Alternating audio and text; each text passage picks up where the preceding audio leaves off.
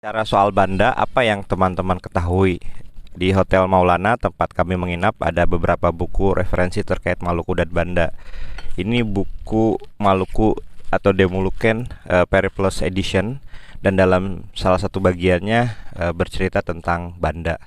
Banda itu adalah wilayah yang sangat kosmopolit di masa lalu karena daerah yang dituju untuk mencari berbagai kebutuhan atau komoditas yang dibutuhkan oleh perdagangan global ketika itu. Jadi negara-negara besar di masa itu seperti Portugis, Belanda, Inggris dan lain-lain mencoba datang untuk mencari rempah-rempah, kemudian pala dan beberapa komoditas lainnya.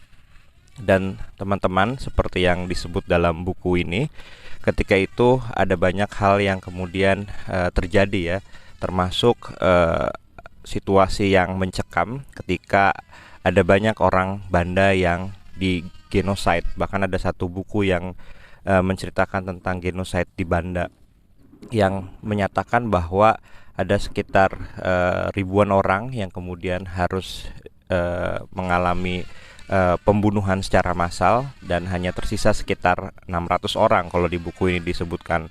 Dan 600 orang itu kemudian tersebar ke banyak tempat di pulau-pulau mitra yang dulu bermitra dengan Banda, dan orang-orang kaya atau orang-orang bangsawan yang dulu menjadi penghuni wilayah Pulau Banda itu kemudian digantung, dan itu yang menyebabkan kemudian adanya pembantaian. Jadi di balik pulau yang indah ini ada situasi yang mencekam di masa lalu. Bayangkan orang-orang yang punya kontribusi hebat terhadap wilayah Banda harus dihukum mati, dan kemudian VOC ketika itu menikmati hasil penjualan pala dan eksploitasi terhadap hasil bumi lainnya di Banda.